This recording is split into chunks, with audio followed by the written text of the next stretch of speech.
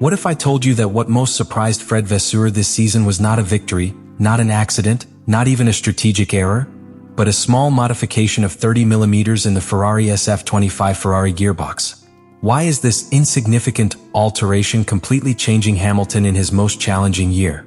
A few days after the Belgian Grand Prix, alarms are mixed with a hopeful caution inside Maranello. The Ferrari team arrives at Spa-Francorchamps dragging a season that has oscillated between technical frustrations and strategic challenges. But this time, something different is breathed in the air. It is not a new promise, nor a phrase of generic motivation from the top of the paddock. These are facts, of data, of a concrete modification that has unleashed unexpected reactions even in someone as methodical and reserved as Fred Vasseur. In that fragile context, private evidence in Mugello acquired an almost symbolic value. They were not just technical tests. They were a desperate need to understand. To find some peace, some change that could bring some coherence to a project that, despite its investment in talent, could not take off. And it was there, in the silent intimacy of the Tuscan path, where Vasseur was surprised. Not for a spectacular return time, not for a podium or a victory, but for something that rarely excites school leaders: consistency, data stability, the validation of an idea that until then only existed in simulations. That moment marked a silent turning point.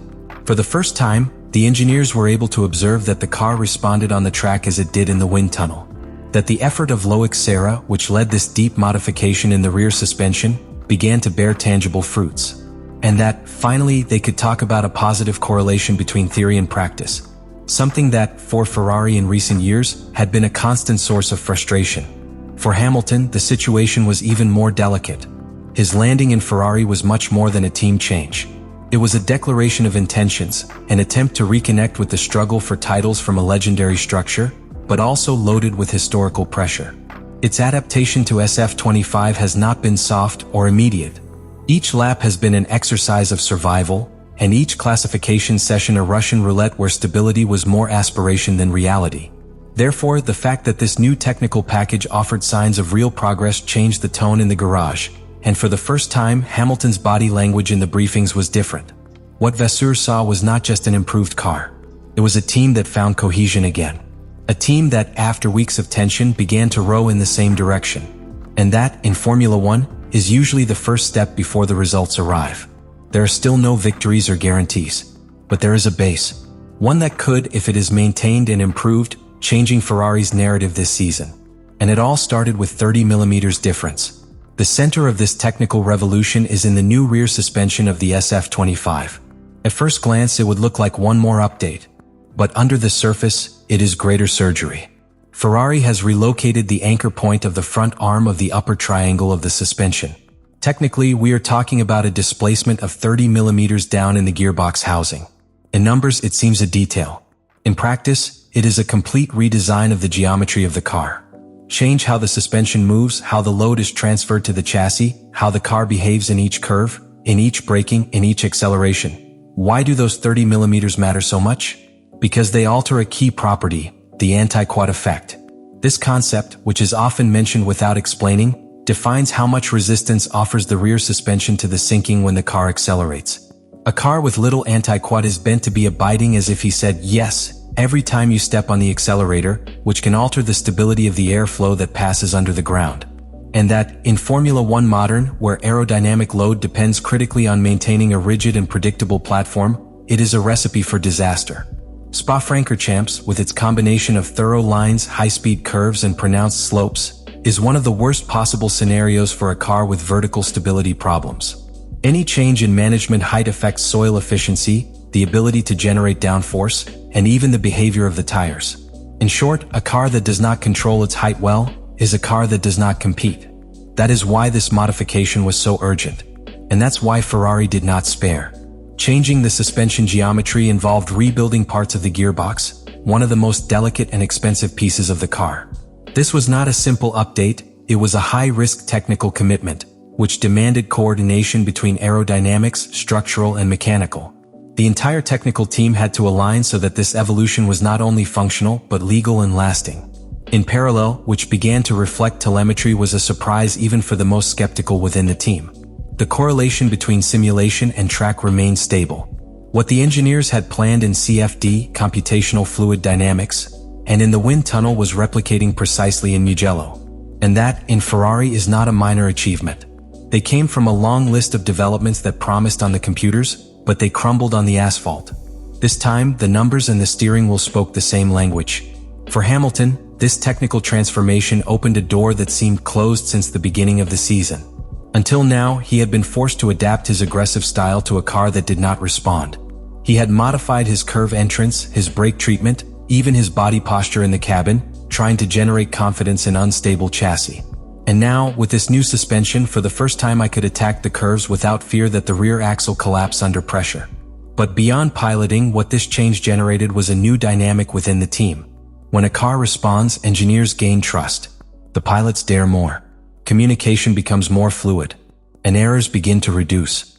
In modern Formula One, where everything is in constant tension, these small technical advances can be the catalyst for a much deeper change. Is this the piece that transforms the SF25 into a competitive car? Or simply a respite before returning to the uphill? No one in Ferrari affirms it for sure. But for the first time in a long time, they have something to defend. A solid technical base, a clear address, and a real opportunity. The SF25 was not simply a difficult car. It was a proof of patience, skill, and above all, tolerance to failure. From the first day on track, the car made it clear that it had a volatile, almost capricious character. No tuning seemed to stay stable beyond a short stint. The pilot's sensations changed back to turn. And the most alarming, there was no clear relationship between what the sensors said and what the pilots felt.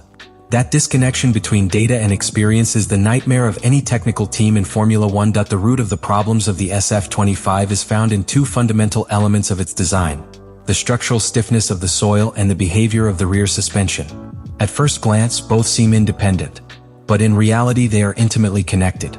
A soft floor, which does not properly support aerodynamic load, makes the car vary its height constantly, even in a straight line. That interrupts the airflow under the flat background, which causes loss of load and generates an unstable platform. If that adds a rear suspension that does not have the ability to correctly absorb the chassis movements, the result is a nervous, unpredictable, and limited car. What makes SF25 unique is not its hidden potential, but the complexity of extracting it. It is not a slow car. It is a car that is only fast when perfect conditions are given, within an operational window so narrow that seems designed by a surgeon. That is not a factory defect. It is a concept defect. And in Formula One, changing the concept in the middle of the season is almost impossible, unless you decide to rebuild critical parts of the car as Ferrari has done. From Hamilton's point of view, this situation has been a kind of emotional roller coaster. He arrived in Ferrari with the intention of competing at the highest level, but found a car that seemed to respond randomly. In many interviews, experience has described as frustrating, because every attempt to configure the car took him to a different result. What worked in classification faded in the race. What seemed stable in slow curves was ungovernable in high speed. And in that scenario, nor can the greatest talent get consistent results. Therefore, what happened in Mugello and what is prepared for Spa cannot be underestimated. It is not just a technical improvement. It is the first real attempt to return coherence to SF25, to turn it into a car with which pilots can work. One that does not require magic to be fast, but simply a good tuning. That transformation is what could convert SF25 of a chronic problem to a latent possibility. But, of course, all this is still theoretical until the checkered flag falls in Belgium. Spa-Francorchamps will be the final judge. And not only for its demanding layout, but for its ability to undress the weaknesses of any design. If the SF25 survives there, if you can show return consistency, if you can replicate what is seen in Mugello under race pressure, then we can talk about a new beginning. Not a miraculous, but a technical, rational, and above all, deserved.